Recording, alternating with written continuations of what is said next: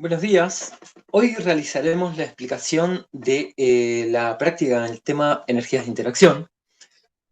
Este resulta un tema muy interesante, ya que nos permite relacionar las estructuras de las moléculas individuales de diferentes sustancias con sus propiedades a escala macroscópica. Las fuerzas que unen a los átomos para formar moléculas se denominan fuerzas intramoleculares y dan lugar al fenómeno que conocemos como enlace químico. Las moléculas constituyen las unidades básicas de las sustancias que podemos observar y analizar en nuestra vida cotidiana. El comportamiento de las sustancias a escala macroscópica queda definido por las propiedades de las moléculas que la componen, dando lugar a diferentes tipos de interacciones intermoleculares.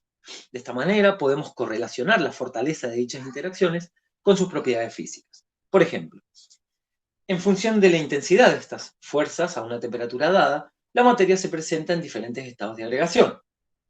De esta manera, tenemos el estado sólido, en el cual las fuerzas de cohesión, es decir, las fuerzas que mantienen a las moléculas unidas, son muy fuertes, por ende las partículas solo presentan movimientos de vibración, es decir, no hay traslación ni rotación permitida. El estado sólido no permite fluidez, tiene una forma y un volumen definido o constante y una compresibilidad prácticamente nula.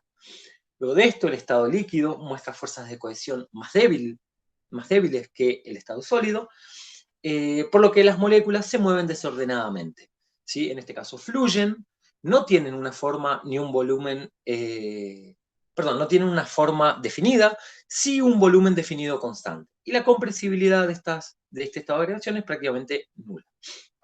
Finalmente tenemos el estado gaseoso, el cual muestra fuerzas de cohesión nulas, ¿sí? Las moléculas o las partículas se mueven libremente, presenta fluidez, no tiene forma definida y el volumen tampoco presenta una forma definida, ¿sí? Los gases son muy compresibles.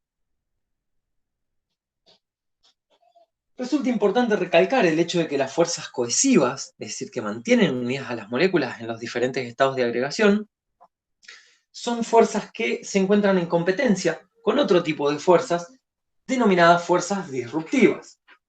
En este curso, las fuerzas disruptivas que vamos a analizar son fuerzas que están principalmente asociadas a la energía térmica del sistema. Entonces, imaginemos un trozo de hielo en el cual las moléculas se encuentran perfectamente ordenadas, formando una estructura tridimensional como podemos ver en esta figura. Si comenzamos a aumentar la temperatura, vemos que los movimientos de agitación térmica, ¿sí?, rompen algunas de estas interacciones, llevando el sistema al estado líquido. La cantidad de calor necesaria para romper dichas interacciones es de 6 kJ por mol. Si continuamos calentando, luego una determinada temperatura, denominada temperatura de ebullición, ¿sí?, la fase líquida transitará hacia la fase gaseosa y el calor necesario para romper las interacciones presentes en la fase líquida es de 40 kJ por mol. Si recordamos el práctico de termoquímica y recordamos algunos de los valores que utilizamos en el mismo, podemos ver que la entalpía o el calor asociado a un enlace hidrógeno-oxígeno rondaba los 440 kJ por mol. Es decir, que las interacciones intramoleculares son mucho más intensas que las intermoleculares, ¿sí? Estas interacciones intermoleculares son las que definen las propiedades macroscópicas de la materia, como por ejemplo su punto de fusión, su punto de ebullición, la presión de vapor, la viscosidad, la solubilidad de una determinada sustancia en un solvente, ¿sí?, etc.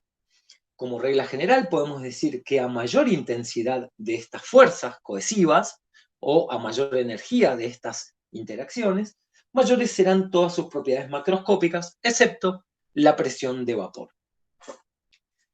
Matemáticamente, las fuerzas intermoleculares se explican con esta expresión que podemos ver en la pantalla.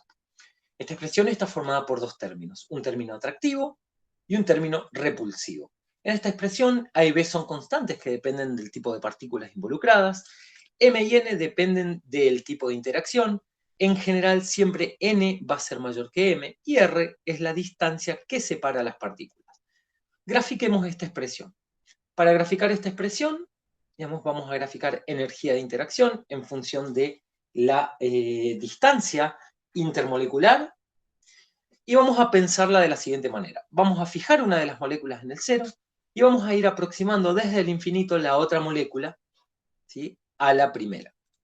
En este caso lo que podemos ver es que en un principio, cuando las moléculas comienzan a verse, entre comillas, la energía del sistema comienza a disminuir.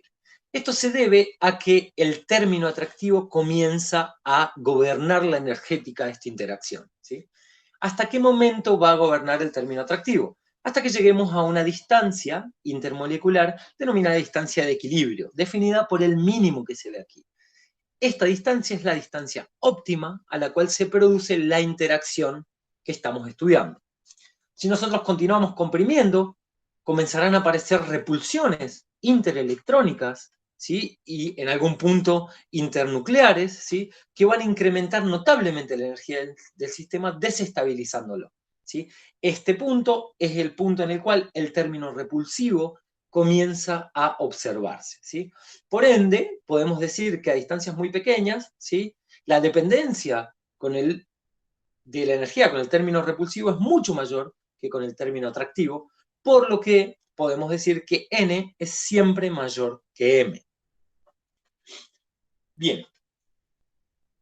De ahora en adelante, para analizar estas interacciones intermoleculares, nos centraremos en el término atractivo. Es decir, que para llegar al término repulsivo, nosotros tenemos que comprimir en exceso las moléculas, por lo que deberíamos aplicar altas presiones, ¿sí?, o algún otro estímulo externo. Entonces nos quedaremos solo con el término atractivo. Entonces, ¿de qué manera analizamos las interacciones entre las diferentes moléculas? Bueno, para esto tenemos que primero recordar y comprender que las moléculas pueden ser, digamos, iónicas o covalentes, es decir, los enlaces que forman las moléculas pueden ser iónicos o covalentes, dependiendo de la diferencia de electronegatividad que existen entre los átomos que las componen, ¿sí? Si hablamos de moléculas diatómicas, tenemos moléculas homonucleares, las cuales son siempre no polares, y tenemos moléculas heteronucleares, las cuales, digamos, pueden ser covalentes o iónicas. Si son covalentes, van a ser siempre polares, ¿sí? Es decir, ¿qué quiere decir esto? Que hay una separación real de cargas dentro de la molécula. A pesar de que la molécula es neutra, sí tenemos una región con alta densidad electrónica o alta densidad de carga negativa y una región con baja densidad electrónica o alta densidad de carga positiva. Esto genera un momento dipolar, ¿sí?, y permite que estas moléculas interactúen entre sí a través de este momento dipolar. Si hablamos de moléculas heteronucleares iónicas, por ejemplo, halogenuros de elementos alcalinos, etc., en este caso tenemos la presencia de cargas reales, no densidades de carga. Entonces las interacciones respetarán una física asociada a la presencia de cargas reales. Por otro lado, tenemos moléculas poliatómicas, las cuales pueden ser no polares o polares, ¿sí? La polaridad de una molécula poliatómica dependerá de la distribución espacial de los átomos que la componen, ¿sí? Para lo cual tendremos que analizar la geometría de las mismas, la naturaleza de los diferentes enlaces químicos y la presencia de pares de electrones libres. Como ejemplo, acá les muestro una molécula poliatómica no polar, como el metano, ¿sí? Vemos que el metano es una molécula de tipo Al4. En este caso, esta molécula presenta enlaces covalentes polares. Sin embargo, cada uno de los vectores asociados a estos enlaces, digamos, se cancela entre sí para dar una molécula con un momento dipolar igual a 0. Por otro lado, aquí les muestro la molécula de agua. La molécula de agua posee una estructura también tetraédrica, una forma en B, en donde oxígeno, un elemento muy electronegativo, atrae los electrones de los enlaces oxígeno-hidrógeno, ¿sí?, y a su vez posee dos pares de electrones no enlazados. Esto genera una densidad electrónica negativa sobre el oxígeno, representada con color rojo en esta representación de la densidad electrónica en la molécula, y una densidad de carga positiva sobre los oxígenos, dando lugar a un momento dipolar, ¿sí?, y permitiendo que las moléculas o los diferentes tipos de moléculas interactúen entre sí basándose en este momento dipolar. Bien, teniendo esto presente y recordando los temas de enlace químico y estructura molecular, vistos en Química General 1, podemos comenzar a analizar de qué manera interactúan las moléculas entre sí. Bien, las diferentes interacciones intermoleculares se pueden clasificar en interacciones que involucran iones, como estas tres que podemos ver aquí, o interacciones que no involucran iones, a las que denominaremos interacciones de Van der Waals. Las interacciones que involucran solo iones son interacciones denominadas ion-ion, presentan energías típicas muy elevadas del orden de cientos de kilojoule por mol, ya que de hecho hacen referencia a la presencia de enlaces iónicos, ¿sí? Luego de estas, tenemos interacciones de tipo ion-dipolo. Las interacciones ion-dipolo son bastante menos energéticas que la ion-ion y están asociadas a interacciones entre iones y moléculas polares.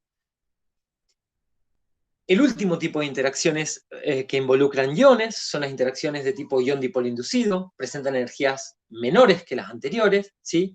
Y se dan entre iones y moléculas no polares, que pueden ser diatómicas o poliatómicas, o bien átomos neutros. Pasando a las interacciones de Van der Waals, estas se van a clasificar como interacciones dipolo-dipolo, las cuales ocurren para moléculas o entre moléculas polares. Estas moléculas polares pueden ser estacionarias o moléculas polares en rotación. Por supuesto que la energía de estas interacciones dependerá de si estas interacciones son estacionarias o de si estas moléculas son estacionarias o se encuentran en rotación. Luego tenemos interacciones entre moléculas polares y moléculas no polares, denominadas dipolo-dipolo inducido. Finalmente tenemos interacciones entre moléculas no polares, denominadas interacciones dipolo inducido-dipolo inducido, o también llamadas fuerzas de dispersión de London. Estas fuerzas de dispersión de London generalmente actúan en todo tipo de moléculas, sean o no sean polares, ¿sí? O en la mayoría de las moléculas sean o no sean polares. El tema es que si existen interacciones más energéticas en esas moléculas, entonces el aporte a las propiedades macroscópicas de estas mismas puede considerarse despreciable en algunos casos. Por último, un tipo especial de interacciones dipolo-dipolo y la más intensa de todas las interacciones de Van der Waals es la interacción puente de hidrógeno. En este caso, esta interacción se da cuando tenemos moléculas en las que existe un enlace de hidrógeno con un átomo muy electronegativo, como nitrógeno, oxígeno o flúor, ¿sí? De ahora en adelante vamos a estudiar en más detalle cada una de estas interacciones y a resolver algunos problemas asociados a las mismas. Bien, el primer tipo de interacciones que vamos a repasar son las interacciones intermoleculares iónicas, es decir, que involucran a dos iones. Estas son importantes en la formación de cristales iónicos y en la formación o la estabilidad de algunas biomoléculas. En este caso, las interacciones ion-ion van a depender del producto de las cargas de ambos iones, ¿sí? Y van a depender, o su energía va a depender inversamente de la distancia que separe a los iones.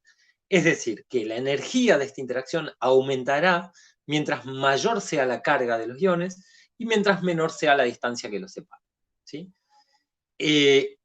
Nos dará una medida de la estabilidad de los compuestos iónicos, es decir, que a mayor energía de interacción, mayor será la estabilidad del sólido y mayores sus propiedades macroscópicas, como por ejemplo su punto de fusión.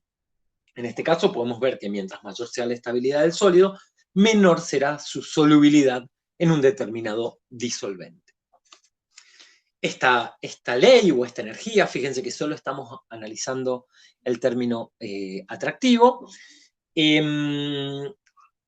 respetan la ley de Coulomb, que probablemente hayan estudiado ya en Física 1 o en Física 2. Veamos un ejemplo de cómo predecir las propiedades de compuestos en donde se producen interacciones de tipo ion-ion. Este problema nos propone ordenar los siguientes compuestos de acuerdo a su punto de fusión decreciente. Sabemos que las propiedades macroscópicas de la materia incrementan, ¿sí?, su valor a medida que las interacciones entre estas incrementan. Por lo que tenemos que analizar qué tipo de interacciones existen entre estas especies. Primero y principal, tenemos que clasificar cada una de ellas en tres categorías: iónica, polar o no polar, para lo cual el alumno podrá recordar esto de Química General 1, realizamos la diferencia de electronegatividad entre las especies que forman la molécula.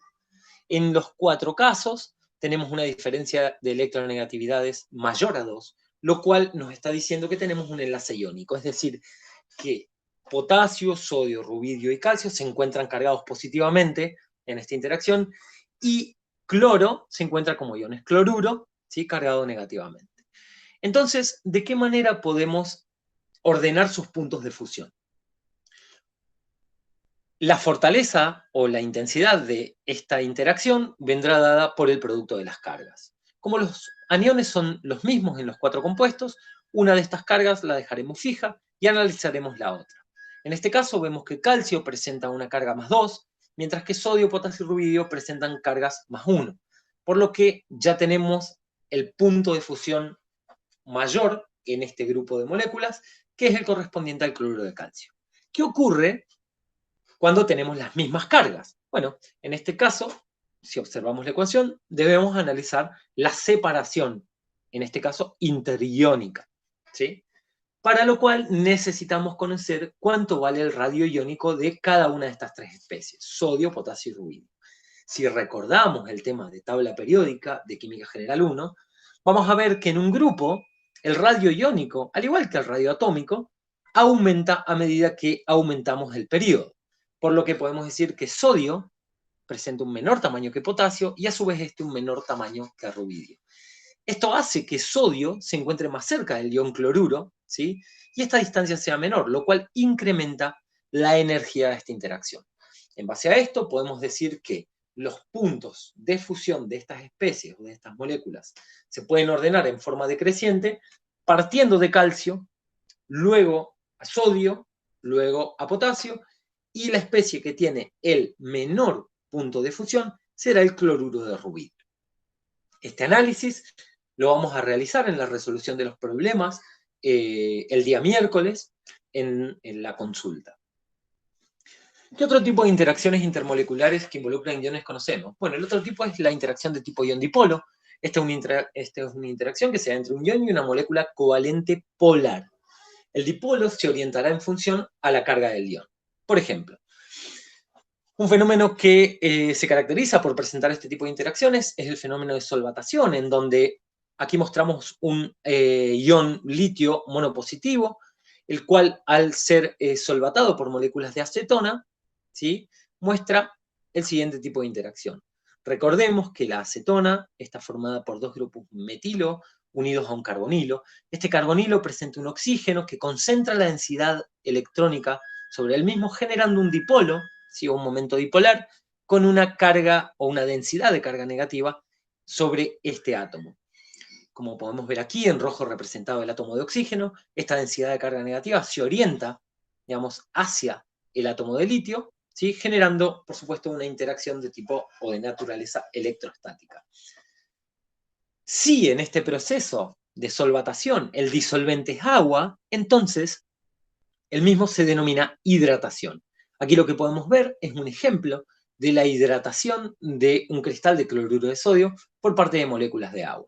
De esta manera podemos ver que la densidad de carga positiva ubicada sobre los átomos de hidrógeno de la molécula se orienta hacia el anión, solvatándolo y llevándolo a solución, mientras que las densidades electrónicas o las densidades de carga negativa ubicadas sobre los oxígenos se orientan hacia el catión, en este caso el sodio, solvatándolo de la misma manera.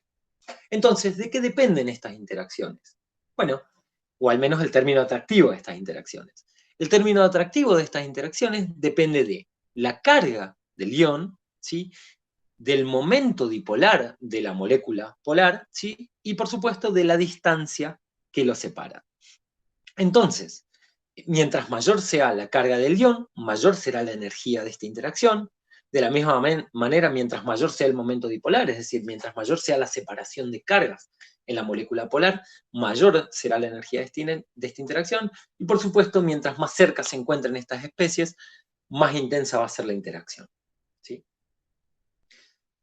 Finalmente, el último tipo de interacciones que involucra iones son las interacciones intermoleculares de tipo ion-dipolo inducido.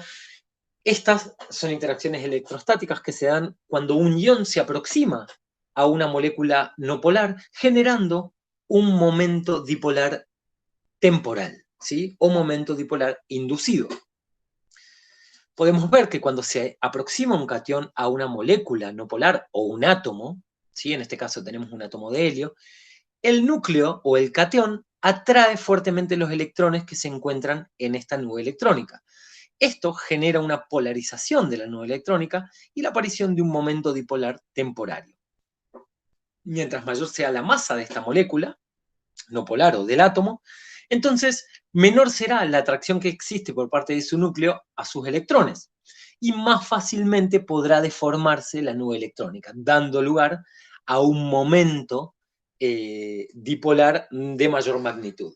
Esta propiedad, es decir, la facilidad con la que esta nube electrónica puede deformarse, se denomina polarizabilidad y la vamos a representar con la letra griega alfa. Entonces, la energía de una interacción de tipo ion-dipolo inducido dependerá de tres factores, ¿sí? Por un lado, la carga del ion que se aproxima, ¿sí? a la molécula no polar, de la polarizabilidad de esta molécula y, por supuesto, inversamente, de la distancia que separa ambas especies, ¿sí? Entonces podemos ver que a mayor carga del catión, o del ion en realidad, mayor será la energía, mientras menor sea la distancia entre ambas especies, esta distancia que observamos aquí, mayor será la energía, y mientras mayor sea la polarizabilidad, mayor será la energía. Vale aclarar en este caso que en general la capacidad que tiene una especie de deformar la nube electrónica de otra especie se denomina poder polarizante. Y podemos comprenderlo como la relación que existe entre la carga de esa especie y el volumen de la misma, ¿sí? Entonces, los cationes o los aniones que presenten mayores cargas, en este caso los cationes que presenten mayores cargas, serán más polarizantes. Resulta importante o interesante comparar lo que ocurre entre un catión monopositivo y un anión mononegativo. Ya sabemos que el catión se produce cuando un átomo libera un electrón, pierde un electrón, por lo que el volumen de un catión será menor que el volumen de un anión de la misma carga. En base a esto, el catión tiene mayor poder polarizante que el anión. Esto lo podemos tener en cuenta para resolver los ejercicios.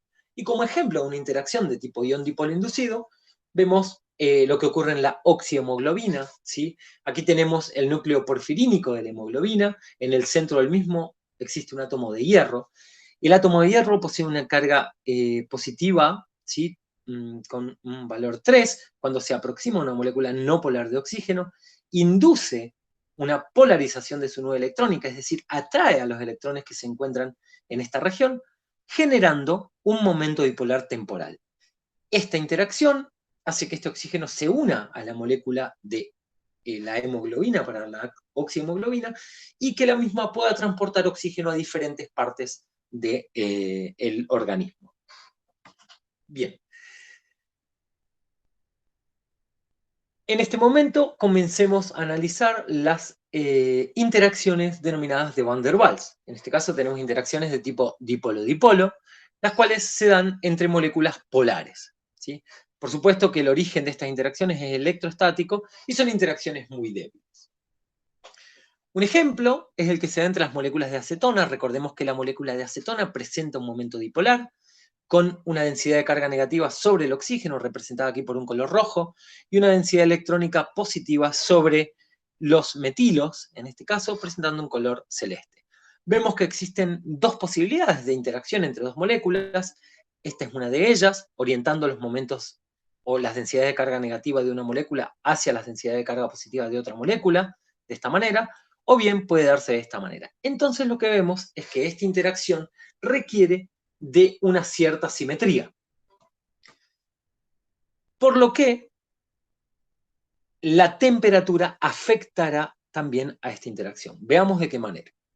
La energía depende principalmente del momento dipolar de la molécula. Mientras mayor sea este momento dipolar, mayor será la energía de esta interacción. A su vez depende de la distancia que separa las moléculas, por supuesto. Mientras menor sea esta distancia, mayor será la energía. Recordemos que estamos hablando solo del término atractivo.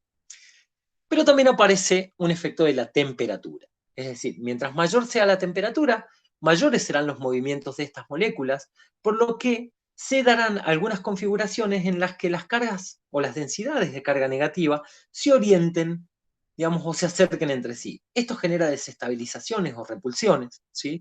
Por lo que el sistema se desestabiliza al aumentar la temperatura. Así que las interacciones de tipo dipolo-dipolo dependen directamente del momento dipolar de las especies e inversamente de la distancia que las separa y de la temperatura. Otro tipo de interacciones de Van der Waals es la interacción de tipo dipolo-dipolo inducido. En este caso, se producen entre una molécula polar y una molécula no polar, es decir, posee un momento dipolar igual a 0. Un ejemplo de esto sería la disolución de moléculas diatómicas homonucleares en agua. ¿Sí? En este caso, el agua orienta los pares de electrones ubicados sobre el oxígeno y las densidades de carga negativa, ¿sí? Hacia la molécula de oxígeno. Esta molécula de oxígeno siente esa densidad de carga negativa y mueve, digamos, o de alguna manera ubica la mayor parte del tiempo los electrones sobre el oxígeno o el átomo de oxígeno opuesto, generando un momento dipolar temporal sobre la molécula, ¿sí? Esta interacción depende de la magnitud del momento dipolar de la molécula polar, en este caso el agua, y de la polarizabilidad de la molécula no polar, como podemos ver en esta expresión. Es decir, a mayor momento dipolar, mayor será la energía de esta interacción y mayores serán sus propiedades macroscópicas, por supuesto. A menor distancia entre estas moléculas, mayor será la interacción. Y mientras más grande sea la polarizabilidad, es decir, la capacidad de esta molécula de deformar su nube electrónica, mayor será la interacción. Bueno, podemos ver otro ejemplo de este tipo en la interacción entre la molécula polar de acetona y una molécula no polar de normalhexano, como podemos ver aquí, en donde se produce, digamos, el mismo fenómeno. Veamos un problema tipo de este tipo de interacción. Dadas las siguientes moléculas, ¿cuál de ellas se disolverá más fácilmente en agua? Y las moléculas que tenemos que comparar son hidrógeno, oxígeno y cloro. Bueno, para esto consideremos que el agua es una molécula polar y estas tres moléculas son moléculas no polares, por lo que la interacción será, como ya dijimos antes, de tipo dipolo-dipolo inducido. En base a esto, tendremos que analizar el momento dipolar de la molécula polar y la polarizabilidad de la molécula no polar. Como la molécula polar es siempre la misma, directamente nos dedicaremos a analizar las moléculas no polares. En este caso podemos ver que la molécula de hidrógeno se forma por los átomos de hidrógeno que existen o, digamos, están ubicados en el periodo 1 de la tabla periódica. Esta molécula presenta solo 2 electrones, ¿sí? Así que estos 2 electrones están fuertemente unidos a los núcleos de hidrógeno que forman la molécula. Si nos movemos hacia la molécula de oxígeno, esta está formada por átomos de oxígeno ubicados en el periodo 2. En este caso tenemos 16 electrones, así que la atracción de estos electrones por parte de sus propios núcleos es un poco menor. La molécula presenta un mayor tamaño que la molécula de hidrógeno, ¿sí? Y si nos movemos a la molécula de cloro, esta se ubica en el periodo 3 y presenta un tamaño bastante mayor a las otras dos, con un número de electrones de 34. En base a esto, y como dijimos anteriormente, la polarizabilidad, por supuesto, va a aumentar con el aumento de la masa molecular de la molécula en cuestión, ¿sí? Como podemos ver en esta tabla, en donde la polarizabilidad de la molécula de cloro es bastante mayor que la de oxígeno, la cual es bastante mayor que la de hidrógeno. En base a esto, podemos concluir que la nube electrónica de la molécula de cloro será más fácilmente distorsionada por el momento dipolar del agua, ¿sí? Y por ende la interacción será mayor. Esto debería reflejarse en una mayor solubilidad de la molécula de cloro, seguida por la molécula de oxígeno, y finalmente tenemos a la molécula de hidrógeno, que es la que presenta la menor solubilidad, como podemos ver en la tabla que les muestro aquí.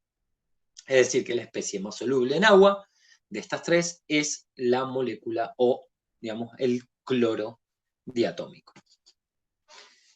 Bueno, el tipo más débil de interacciones de Van der Waals es la interacción de tipo dipolo inducido-dipolo inducido, también conocidas como fuerzas de dispersión de London. En este caso, esta interacción se produce cuando una molécula no polar, es decir, que posee un momento dipolar igual a 0, o un átomo, genera un dipolo temporal, induciendo de esta manera un dipolo también temporal en una molécula vecina. Esto quizás en un principio resulta un poco difícil de entender porque en general tendemos a asociar las nubes electrónicas con densidades muy simétricas, ¿sí? Pero lo que ocurre en realidad es que momentáneamente puede que algunas de estas moléculas o que estas moléculas muestren una descompensación de cargas, ¿sí? Aparecen estos momentos dipolares temporales en una de ellas y esto genera inmediatamente en una molécula vecina un momento dipolar inducido. Esto produce una interacción entre dos momentos dipolares temporales muy débil, pero digamos que se puede observar, ¿sí? Esta interacción depende pura y exclusivamente de la polarizabilidad de estas moléculas, ¿sí? Y por supuesto de la distancia que separa a las mismas. Entonces, ¿de qué depende esta polarizabilidad? Bueno, esta polarizabilidad, como dijimos anteriormente, depende del peso molecular de la sustancia, que está directamente ligado con la cantidad de electrones que posee una determinada molécula, y con el área superficial de la misma. Generalmente vamos a ver estas interacciones entre moléculas diatómicas homonucleares, ¿sí? Hidrocarburos saturados o insaturados, ¿sí? Por ejemplo, un ejemplo muy bonito que puede observarse es lo que ocurre con las moléculas diatómicas de los halógenos. Podemos ver que cloro, que es la especie de estas tres que presenta el menor número de electrones, es decir, el menor volumen y por ende la menor polarizabilidad, se manifiesta o se encuentra en estado gaseoso a temperatura ambiente, mientras que bromo se encuentra en estado líquido, ¿sí? Y finalmente yodo se encuentra en estado sólido. Si observamos, el tamaño molecular en este caso aumenta hacia abajo, de la mano con la cantidad de electrones que posee cada uno de estos átomos o que posee la molécula, ¿sí? Por ende, la polarizabilidad aumenta hacia abajo y por ende las interacciones incrementan en esa dirección, justificando los diferentes estados de agregación observados para estas tres especies. ¿Qué otro ejemplo podemos analizar? Bueno, en este caso analicemos los alcanos simples, metano, etano, propano y N-butano. Vemos que el peso molecular aumenta en esta dirección, ¿sí? Aumentando entonces también la polarizabilidad de las moléculas, ¿sí? Esto hace que los puntos de ebullición de cada una de estas especies aumente en esta dirección, mostrando butano un punto de ebullición de aproximadamente 0 grados, mientras que metano presenta un punto de ebullición de 160 grados centígrados bajo cero. Así que tenemos aquí otro ejemplo de, digamos, de qué manera depende la polarizabilidad de las moléculas con el peso molecular y por ende la energía de las interacciones dipolo-inducido-dipolo inducido. ¿A qué nos referimos cuando hablamos de área superficial de la molécula? Para esto analicemos dos moléculas que son isómeros, ¿sí? En este caso tenemos el neopentano, que es un hidrocarburo ramificado, posee la misma fórmula molecular que el N-pentano, que es esta que mostramos aquí, que es un hidrocarburo lineal, ¿sí? Pero podemos ver que la interacción entre dos moléculas de N-pentano se da, digamos, a través de un área superficial mucho mayor que la que puede observarse entre dos moléculas de neopentano. Esto, digamos, hace que la polarizabilidad de las moléculas de N-pentano sea bastante mayor que la polarizabilidad de las moléculas de neopentano, manifestándose como una mayor interacción o una interacción de mayor intensidad, dipolo-inducido y dipolo-inducido, lo cual puede observarse en los puntos de ebullición del neopentano, ¿sí? En 9.5 grados centígrados y 36 grados centígrados en el caso del N-pentano. Bien. Entonces, como problema tipo, veamos cuál de estas dos sustancias presenta el mayor punto de ebullición. Bueno, para esto lo que vamos a hacer primero es comenzar con el planteamiento de las estructuras de Lewis de ambas moléculas, ¿sí? Cuando hacemos esto, vemos que las moléculas son completamente simétricas, ¿sí? Al ser completamente simétricas, podemos concluir que aquí no existe un momento dipolar. Si no existe un momento dipolar, las interacciones que se darán entre estas son de tipo dipolo-inducido, dipolo-inducido. Es decir, que dependerán pura y exclusivamente de la polarizabilidad de las moléculas. En este caso yo les he graficado aquí la densidad electrónica observada en la molécula de tetracloruro de carbono y la densidad electrónica observada en la molécula de metano. En este caso podemos ver que la molécula de tetracloruro de carbono posee 74 electrones, mientras que la molécula de metano posee 10 electrones. Esto indicaría que la polarizabilidad de la molécula de tetracloruro de carbono es mayor que la polarizabilidad de la molécula de metano, es decir, esta nube electrónica se puede formar más fácilmente que esta, por lo que las interacciones dipolo-inducido y dipolo-inducido entre moléculas de tetracloruro de carbono serán mayores que las existentes entre moléculas de metano. Por ende, si hacemos una búsqueda rápida, podemos encontrar que los puntos de ebullición, digamos, son mayores, o el punto de ebullición es mayor entre moléculas de tetracloruro de carbono que entre moléculas de metano. Es decir, que el tetracloruro de carbono hierve a mayor temperatura debido a que sus interacciones son mucho más intensas. Bien, finalmente analicemos el último tipo de interacciones de Van der Waals que nos queda, que es la interacción de tipo puente de hidrógeno. Esta interacción yo la dejé para el último, pero no es la interacción más débil, de hecho es la interacción más fuerte de las interacciones de Van der Waals, y puede considerarse como una interacción especial de tipo dipolo y dipolo. Permítanme comentarles que en los últimos 2 años se han publicado algunos trabajos científicos en donde se comprueba que la contribución que tienen estas interacciones, digamos, también muestran un carácter covalente importante. De todas maneras, nosotros y la mayoría de los libros de texto de los que ustedes van a estudiar, las consideran un tipo especial de interacción dipolo-dipolo. ¿En qué caso se dan estas interacciones? Estas interacciones se dan cuando un átomo de hidrógeno se encuentra unido a un átomo electronegativo. Nosotros estudiaremos solamente interacciones que se den cuando hidrógeno se encuentra unido a oxígeno, a nitrógeno o a flúor. ¿Sí? Entonces, ¿qué es lo que ocurre? Cuando hidrógeno se encuentra unido a un átomo muy electronegativo, este átomo atrae a los electrones del enlace sigma, en este caso, estamos viendo un ejemplo de una molécula de agua, generando un dipolo. Este dipolo genera una densidad de carga positiva sobre el protón, o sobre el hidrógeno, perdón, la cual interactuará con la densidad de carga negativa presente en el oxígeno de otra molécula. Esta interacción se denomina interacción puente de hidrógeno intermolecular y estabiliza notablemente este sistema. En diapositivas posteriores veremos qué tan importantes son. También se dan entre moléculas de fluoruro de hidrógeno, ¿sí? En este caso esta es la más intensa de todas, si analizamos, digamos, cada una de estas interacciones puente de hidrógeno, dando lugar a un hidrógeno con una densidad de carga positiva, interactuando con los pares de electrones o con, digamos, la densidad de carga negativa ubicado sobre el átomo de flúor. Y finalmente también se dará entre moléculas de amoníaco, ¿sí? Como puede verse aquí. De todas maneras, no solo se dan en estas especies. Tengamos en cuenta que muchas moléculas orgánicas poseen grupos funcionales en donde hidrógeno está unido a alguno de estos átomos. Por ejemplo, las moléculas de alcoholes, las moléculas de aminas, ¿sí? O las moléculas de fenoles también, siempre que haya grupos OH. Analicemos un caso particular de estas interacciones.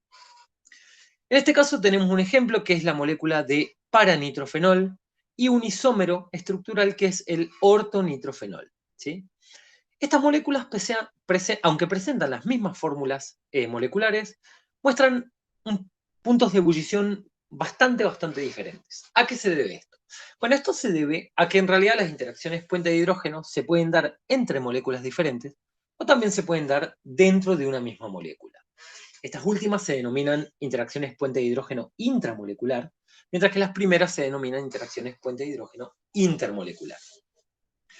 Entonces veamos qué ocurre. En este caso, la molécula que podemos ver aquí interactúa mediante este protón que presenta, este hidrógeno que presenta una densidad de carga positiva, con los pares de electrones ubicados en este oxígeno, ¿sí? O en cualquiera de estos dos oxígenos, que muestran densidades de cargas negativas. Esto genera una interacción de tipo puente de hidrógeno, que podemos considerar como una interacción dipolo-dipolo, ¿sí? Y da lugar a este punto de ebullición. Tengamos en cuenta que este oxígeno presenta dos pares de electrones no enlazados, así que cada uno de esos pares de electrones no enlazados también pueden, digamos, formar interacciones puente de hidrógeno con otros hidrógenos unidos a oxígenos, ¿sí? Y por otro lado, estos oxígenos también presentan pares de electrones no enlazados que pueden formar interacciones puente de hidrógeno. Si contamos el número de protones unidos a átomos electronegativos y el número de pares de electrones libres, podemos, digamos, contabilizar qué cantidad aproximadamente de interacciones puente de hidrógeno puede dar una molécula. ¿Qué es lo que ocurre en este isómero? En este isómero vemos que el átomo de oxígeno, que posee pares de electrones no enlazados, se ubica próximo al átomo de hidrógeno unido a un átomo electronegativo. Es decir, este átomo de hidrógeno presenta una densidad de carga positiva importante, por lo que se produce una interacción puente de hidrógeno, ¿sí? Que estabiliza a esta molécula como tal. ¿Esto qué produce? Esto produce que esta molécula tenga menores posibilidades de interacción con una molécula vecina, ya que el protón está formando una interacción de tipo puente de hidrógeno intramolecular.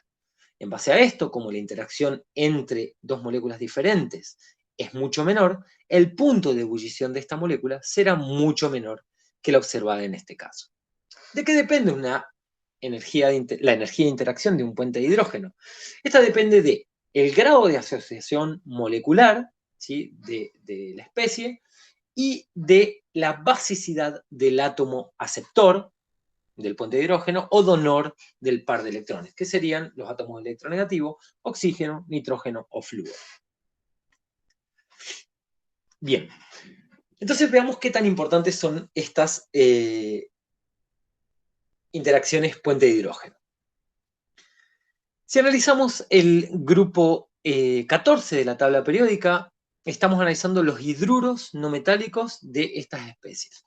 Vemos que la tendencia a medida que nos movemos en el periodo de la tabla es bastante clara, ¿sí? En este caso, ninguno de estos átomos es lo suficientemente electronegativo como para generar densidades de carga positiva sobre los protones, por lo que al ser todas simétricas, las interacciones serán de tipo dipolo-inducido. ¿Qué es lo que ocurre cuando pasamos del grupo 14 al grupo 15? En el grupo 15 vemos que aquí hay, digamos, una molécula, en este caso la molécula de amoníaco, que se escapa de la tendencia. ¿A qué se debe esto? Bueno, primero y principal, recordemos que estas cuatro moléculas, la fosfina, la arsina, que se muestra aquí, la estibina y el amoníaco, son moléculas que presentan una estructura o una geometría tetraédrica, ¿sí? Esta geometría tetraédrica está caracterizada por la existencia de un momento dipolar. Ese momento dipolar va a gobernar, ¿sí? Va a gobernar las propiedades macroscópicas de la fosfina, de la arsina y de la estibina. Sin embargo, en el caso del amoníaco, aparte de esto, la electronegatividad del nitrógeno es muy elevada, por lo cual el enlace nitrógeno-hidrógeno está muy polarizado y aparecen densidades de carga positiva sobre los hidrógenos. Esto lo que hace es favorecer la aparición de interacciones de tipo puente de hidrógeno muy intensas, al menos más intensas que las interacciones dipolo-dipolo que se dan entre las moléculas de fosfina, por ejemplo. Por lo que el punto de ebullición del amoníaco aumenta notablemente saliendo de la tendencia esperada, ¿sí? Lo mismo ocurre para los hidruros no metálicos de los elementos del grupo 17, fluoruro de hidrógeno, cloruro de hidrógeno, bromuro de hidrógeno y yoduro de hidrógeno, y para los hidruros no metálicos del grupo 16, como agua, sulfuro de hidrógeno, seleniuro de hidrógeno y teleruro de hidrógeno. A partir del grupo 3, todas las interacciones observadas para los hidruros no metálicos a partir del período 3, todas las interacciones observadas para los hidruros no metálicos de estos elementos, es decir, el grupo 16, 17 y 15 las interacciones son de tipo dipolo inducido. Mientras que en el periodo 2 las interacciones serán puente de hidrógeno. Fíjense qué importante que es que el punto de ebullición del agua se ubique en 100 grados centígrados y la relación que esto, ¿sí?, y que las interacciones puente de hidrógeno tienen en la existencia, por ejemplo, de la vida en nuestro planeta, ¿sí? Bueno, a modo de repaso y para que puedan resolver los ejercicios que se encuentran en el práctico que vamos a, digamos, a consultar el día miércoles, podemos analizar el siguiente cuadro. ¿De qué manera podemos predecir la intensidad, la intensidad y el tipo de interacciones que existen entre diferentes tipos de moléculas o iones? Para esto nos haremos una primera pregunta. Esta primera pregunta es si existen iones involucrados. Si la respuesta es sí, entonces nos preguntaremos si existen moléculas polares involucradas. Si no existen moléculas polares involucradas, entonces estamos en presencia de interacciones de tipo ion-ion. Estas son las más fuertes de todas, ¿sí? Y en principio hacen referencia a un enlace iónico. Si la respuesta es sí, es decir, si existen moléculas polares interactuando con los iones, entonces la interacción que tendremos es una interacción tipo ion-dipolo, ¿sí?, como por ejemplo el proceso de hidratación del bromuro de potasio, ¿sí? Volvamos un poco a la pregunta inicial. Si no existen iones involucrados, entonces la pregunta que debemos hacernos es si hay moléculas polares involucradas.